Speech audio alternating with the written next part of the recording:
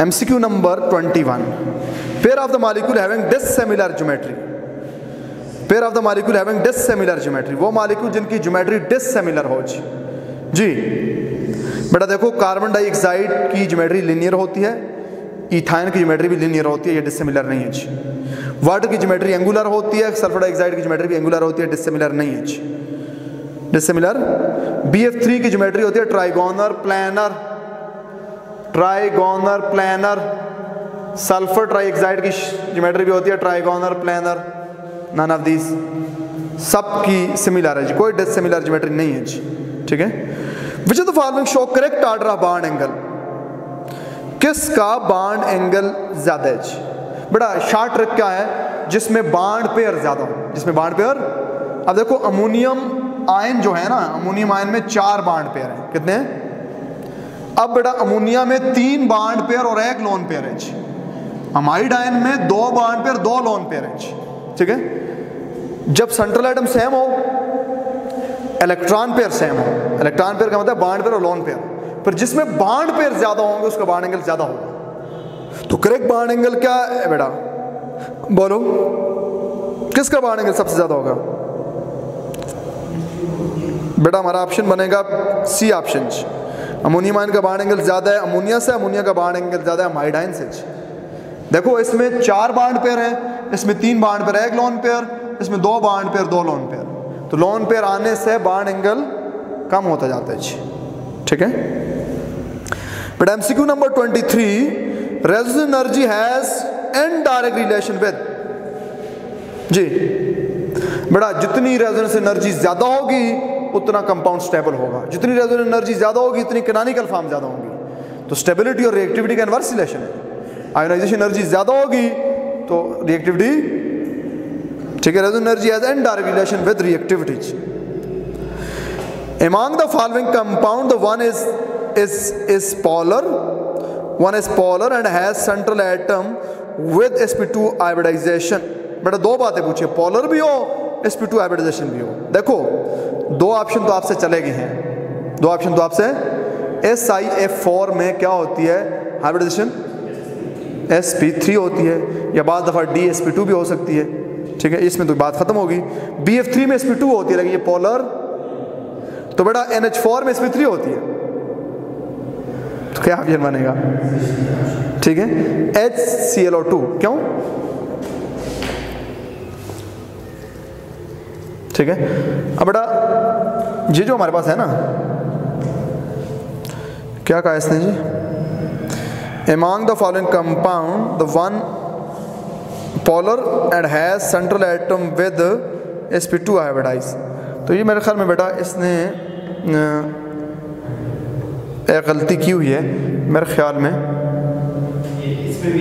इसमें sp3 है, तो ये नन ऑफ दीज पे ऑप्शन होना चाहिए, या ऊपर नॉन पोलर होना चाहिए। तो नॉन पोलर होता तो फिर ज़्यादा ठीक था, तो ये नन ऑफ दीज होता है, इसमें sp3 है। यहाँ पे नन ऑफ दीज ऑप्शन आप खुद से क्रिएट करें, ये नहीं आता। अच्छा, bond angle of 109.5 is found in जी, डी ऑप्शन, क्योंकि डी में 4 बॉन्ड पेयर हैं, टेट्राहेड्रल शेप है। ठीक है, तो 109.5 होगा जी। का CO+ has bond order, CO+ has bond order. बेटा बॉन्ड ऑर्डर की मैं आपको शॉर्ट ट्रिक समझाता हूँ, याद रखना। नाइट्रोजन का बॉन्ड ऑर्डर क्या होता है बेटा? नाइट्रोजन में 14 इलेक्ट्रॉन होते हैं, बॉन्ड ऑर्डर होता है 3। इससे ऊपर भी जाएंगे पर इलेक्ट्रॉन बॉन्ड ऑर्डर 0.5 कम होगा, नीचे भी आएंगे बॉन्ड ऑर्डर 0.5। तो बेटा CO में 14 इलेक्ट्रॉन होते हैं, कितने होते हैं? तो CO का भी बॉन्ड ऑर्डर क्या है?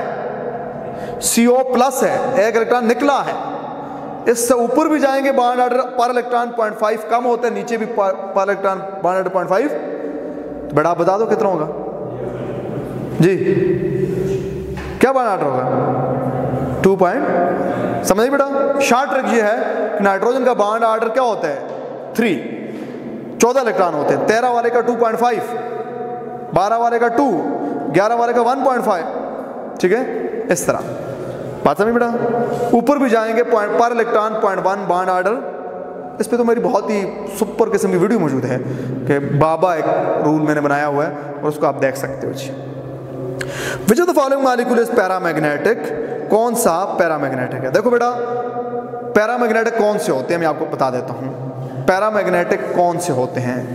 पैरामैग्नेटिक होते हैं सारे जिनमें 8 नंबर ऑफ इलेक्ट्रॉन हो, सारे जिनमें, और 2 इवन वाले पैरामैग्नेटिक होते हैं। वो 2 कौन से हैं? 10 और 16। 10 और, जिसमें 10 इलेक्ट्रॉन हो, जिसमें 16 इलेक्ट्रॉन हो, ये पैरामैग्नेटिक होंगे। बाकी 8 वाले पैरामैग्नेटिक होंगे। बाकी कोई और इवन वाले पैरामैग्नेटिक आपको डायग्राम में बनाने की जरूरत नहीं है। ट्रिक याद रखना बेटा, कार्बन मोनोऑक्साइड में 14 इलेक्ट्रॉन है, 14 वाला पैरामैग्नेटिक नहीं होता जी। नाइट्रोजन में 14 इलेक्ट्रॉन है पैरामैग्नेटिक, हाइड्रोजन में 2 इलेक्ट्रॉन है पैरामैग्नेटिक। इवन वाले सिर्फ 10 और 16 वाला पैरामैग्नेटिक होता है, बाकी 8 वाले सारे पैरामैग्नेटिक होते हैं। ठीक है, तो क्या ऑप्शन बनेगा बच्चों? None of these. ऐसी बात है जी। Which of the following is more stable? अब यहां पे आपको स्टेबिलिटी का कैसे पता चलेगा? बॉन्ड ऑर्डर से पता चलेगा। Greater the bond order greater will be the stability. देखो बच्चे, हाइड्रोजन का बॉन्ड ऑर्डर क्या होता है? 1 होता है जी। क्या होता है बेटा? हाइड्रोजन का बॉन्ड ऑर्डर 1 होता है। अब याद रखना, हाइड्रोजन की स्ट्रक्चर ये होती है, हाइड्रोजन की एमओटी डायग्राम ये होती है, ये आपने ध्यान में रखना है। यहाँ पे कोई इलेक्ट्रॉन नहीं है, यहाँ पे 2 इलेक्ट्रॉन है। ठीक है, बॉन्ड ऑर्डर 1 होता है। बड़ा इलेक्ट्रॉन अगर निकला, कहाँ से निकलेगा? बॉन्डिंग से। बॉन्डिंग से निकलने से बॉन्ड ऑर्डर 0.5 कम होता है। तो बेटा आपके पास H2+1 का बॉन्ड ऑर्डर कितना होगा? 0.5।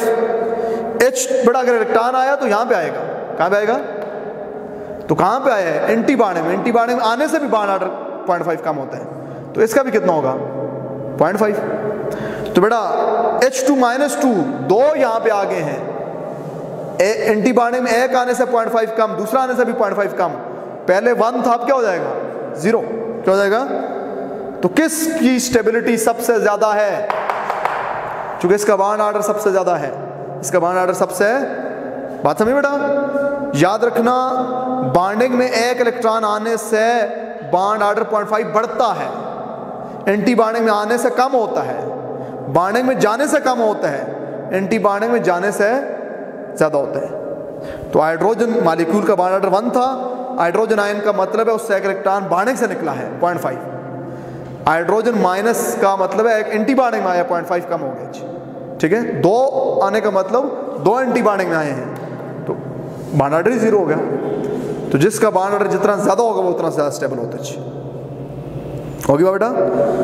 Eight very high temperature oxygen can behave as, जी बोलो।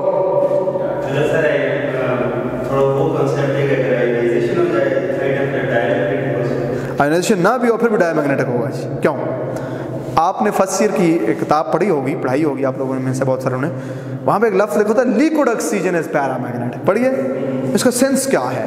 इसका सेंस यह है यानी कम टेम्परेचर पे लिक्विड, अगर ऑक्सीजन लिक्विड करेंगे तो टेम्परेचर क्या करना पड़ेगा बड़ा? देखो आपके पास ऑक्सीजन में क्या होता है? ऑक्सीजन में आखिरी में बताता हूँ, आखिरी ये होता है आपके पास π*2py π*2p, यही बात बच्चे। और ऊपर एक चीज़ होती है σ*2px जो क्या होती है? एम्प्टी होती है।